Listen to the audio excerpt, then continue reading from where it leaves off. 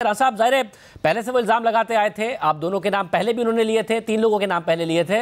अब जरा बात आगे बढ़ गई है। कल रिपोर्ट हुआ जनरल कमर जावेद बाजवा के हवाले से, फिर फवाद चौधरी साहब ने कहा कि मार्शल लॉ और इमरजेंसी लगाने का प्लान था इमरान खान साहब पर अगर हमला कामयाब हो जाता। आज खान साहब ने क्या कहा है वो जरा सुनिए, मैं फिर आपके सामने सवाल रखता हूँ।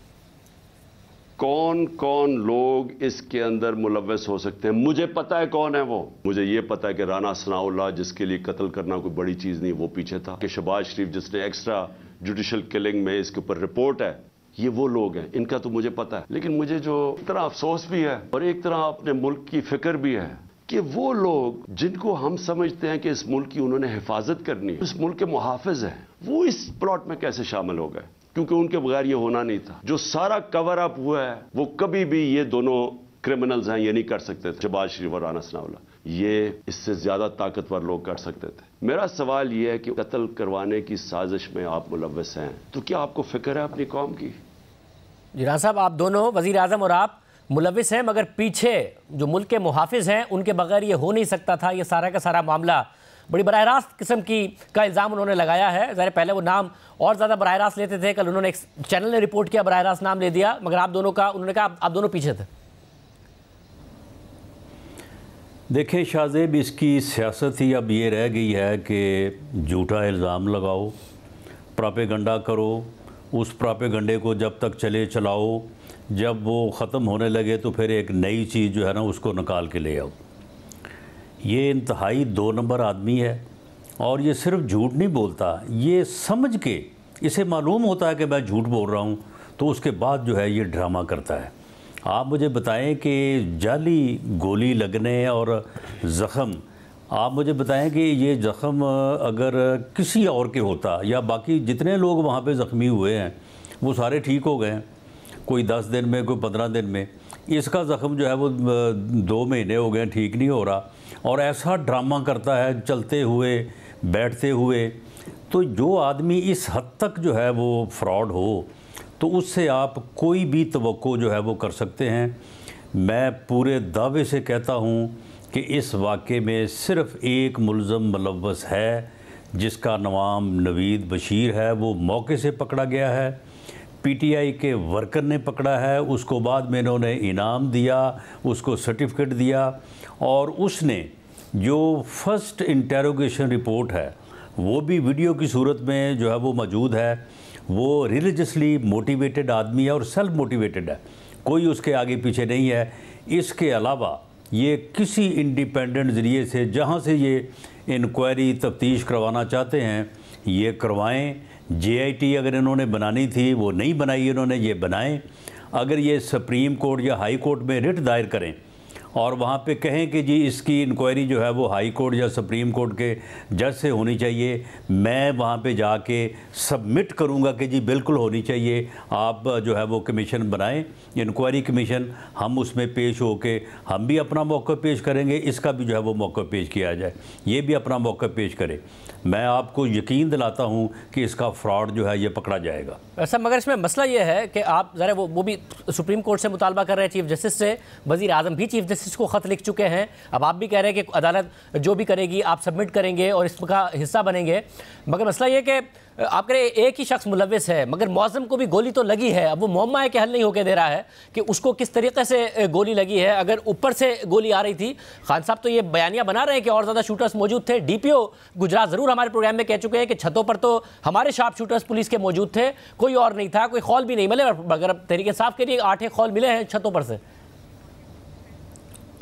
नहीं, देखें मामला ये है कि इसके गनमैन ने, इसके गार्ड ने जो फायर किया है वो जाके मौज़म को लगा है, इस बात की वीडियो मौजूद है। यानी देखें इस तरह के जब भी कोई जलसा हो, जुलूस हो, रैली हो तो एक से ज़्यादा लोग जो है वो वीडियो बना रहे होते हैं। इस वाक़े की दर्जन से ज़्यादा वीडियोज़ उस लम्हे की मौजूद हैं कि जब ये वाक़या हुआ। अब उसमें जो है वो पूरा एंगल जो गार्ड फायर कर रहा है, फायर जिस तरह से उसको लगा है, जिस तरह से नवीद ने जो है वो फायरिंग की है, अगर कोई दूसरा आदमी वहाँ पे फायर कर रहा था तो उसको क्यों नहीं पकड़ा गया, या वो क्यों नहीं जो है वो वीडियो में आया, या कोई तीसरा आदमी था तो वो क्यों नहीं आया। और जो फर्स्ट मौका मुलाजा हुआ है उसमें किसी छत से कोई जो है वो चीज़ नहीं मिली। तो ये सारी जो है ये कहानी इसलिए बना रहा है कि अगर जो है इसके ऊपर मुलज़म के ऊपर जो है वो बात जो है वो तय हो जाए तो फिर इसकी कहानी कैसे आगे चलेगी। यानी इसने तो अपना फ्रॉड आगे चलाना है ना, पता ही ना चले कि जी 2 मुलज़म और थे। अब अगर 2 मुलज़म और थे तो जो इन्होंने JIT बनाई है वो गुलाम मोहम्मद डोगर के अपना जो कहने पे, जो कि इंतहाई जो है वो यानी जानबदार ऑफिसर है, तो उसके कहने पे इन्होंने बनाई है। तो वो क्यों नहीं तलाश किया उन्होंने दूसरा बंदा, तीसरा बंदा? कोई एविडेंस जो है वो सामने लेके आ जाते। कोई एविडेंस नहीं है, सिर्फ कहानी है।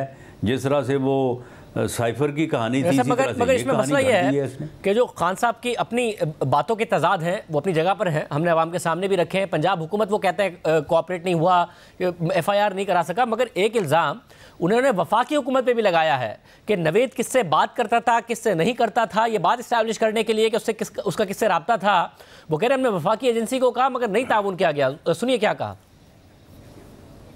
JIT ये वो गलत कह रहा है। मोबाइल फ़ोन के ऊपर फोरेंसिक कराने के लिए उस इदारे को दिया जो फेडरल गवर्नमेंट के नीचे है। बताएं जनाब कि इसको कॉल्स किधर किधर से आई हैं। उस इदारे ने मना कर दिया कि नहीं हम नहीं देते। क्यों नहीं देते, क्या वजह है इसकी? इससे आप खुद सर, मैं चाहता हूं कि आप खुद जरा सोच लें कि ये हो क्या रहा है।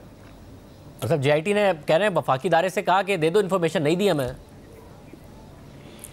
ये वफाकी इदारे किससे कही है, कब कही है, किसने इनकार किया है? ये गलत कह रहे हैं, ये ऐसा इन्होंने नहीं किया। अगर किया है इसकी एविडेंस दें। ये कैसे हो सकता है कि उसकी फोरेंसिक जो है वो ना हो? उसकी फोरेंसिक जो है वो करवा देते हैं, दूध का दूध पानी का पानी हो जाएगा। अच्छा, आप इसके लिए तैयार हैं कि जो भी मुलजिम नवेद है वो किससे बात कर रहा था, किससे नहीं कर रहा था, उसके मोबाइल का पूरा डेटा आप देने को तैयार हैं अगर ये मांगते हैं, या वैसे आप देने को तैयार? मेरी जो इन्फॉर्मेशन है उसके फ़ोन का फोरेंसिक हो चुका है। अब इन्होंने बहुत सारी चीज़ें जो है, मिसाल के तौर पे तकरीबन कोई 100 के करीब आदमी जो है, वैसे तो 200-250 आदमी था जो उस रैली की हिफाजत कर रहा था और उसका हिस्सा था, लेकिन 100 के करीब लोग वो बनते हैं जो बिल्कुल उस ट्रक के साथ थे, जो आगे पीछे थे। उनमें यूनिफॉर्म में भी लोग थे पुलिस के और सिविल कपड़ों में भी थे। अब उन सब के बयान जो है वो रिकॉर्ड हुए हैं। इसी जाली JIT ने जो इन्होंने बनाई है गुलाम मोहम्मद डोगर की सरबराही में, उसने रिकॉर्ड किए हैं, लेकिन अब उनको मिसल का हिस्सा नहीं बनाया इन्होंने, उनको जो है वो अलहदा कर दिया है। तो ये बाज़ चीज़ें जो है अब हाथ पैदा करने के लिए जो मिसल का हिस्सा नहीं बना रहे। अब पहली बात ये है कि JIT अपना शाहजेब, आप जितनी भी JITs बनी हैं उन तमाम JITs का आप रिकॉर्ड निकलवा लें। उनमें पुलिस के अलावा दीगर तमाम एजेंसीज़ का एक एक नुमाइंदा होता है। JIT बनती तब है, लेकिन इन्होंने जो JIT बनाई है उसमें सिर्फ गुलाम मोहम्मद डोगर और उसके साथ उसके 2 मतहत 3 जो है वो उसकी मर्ज़ी से डाले हुए हैं। किसी एजेंसी का जो है वो बंदा उसमें नहीं है। तो वो उन्होंने जो चीज़ सूट करती थी, जिस तरह से इन्होंने ये सारी कहानी घड़नी थी, या जिस तरह के आज प्रेस कॉन्फ्रेंस में इनको ज़रूरत थी, उसके मुताबिक। मगर एक और इल्ज़ाम वो ये लगा रहे हैं, पहले कॉपी इनको दी है अदालत में, बाद में जमा कराई है। वो इल्ज़ाम लगाते हैं कि जी एजेंसी के लोग मुलविस हैं, मुल्क के मुहाफिज मुलविस हैं, और अपने इल्ज़ाम को इस बात से तक़वियत देते हैं कि मैं वज़ीर आज़म रहा हूँ और एजेंसियों में अभी तक मेरे राब्ते हैं और उन्होंने ही मुझे बताया था कि इस किस्म का प्लान बन रहा है मुझे मारने का। जिसके बाद उन्होंने इल्ज़ाम लगाया, जो 3 शख्सियात के नाम लिए थे जिसमें आप वज़ीर आज़म और एक सरकारी अफसर शामिल थे। और अब मज़ीद तक़वियत देने के लिए अब वो ये कह रहे हैं कि पॉलीग्राफिक टेस्ट हुआ मुलजिम नवीद का, जिसमें वो फेल हुआ। वो ज़रा सुनिए कि क्या कह रहे हैं। नवीद के ऊपर जब उन्होंने वो टेस्ट किया तो पॉलीग्राफ टेस्ट के अंदर 2 चीजें वाज़ेह सामने आ गई। एक, जब नवीद से पूछा गया कि किन किन लोगों ने, सिर्फ एक आदमी के अलावा किसी ने आपको कांटेक्ट किया था, उसने कहा नहीं किया था, झूठ निकला। दूसरा इससे सवाल पूछा गया कि क्या आपको ट्रेनिंग थी पिस्टल शूटिंग की, उसने कहा कोई ट्रेनिंग नहीं थी। वो फिर झूठ साहब आ गया पॉलीग्राफ के ऊपर। ईरान साहब, एजेंसी के अंदर से लोगों ने बताया था क्योंकि मैं वज़ीर आज़म रहा हूं, मेरा ताल्लुक है, और पॉलीग्राफिक टेस्ट में फेल हो गया नवीद। चलें देखें, अब इसने पॉलीग्राफ टेस्ट के ऊपर एतमाद का इज़हार किया है। शाहजेब, ये इमरान खान का पॉलीग्राफ टेस्ट जो है ना ये करवा दें। अगर ये सच्चा साबित हो जाए ना तो जो फिर आप हमारे ऊपर इल्ज़ाम लगाए ना, हम वो अपने सर ले लेंगे। इसका पॉलीग्राफ टेस्ट करवाएं।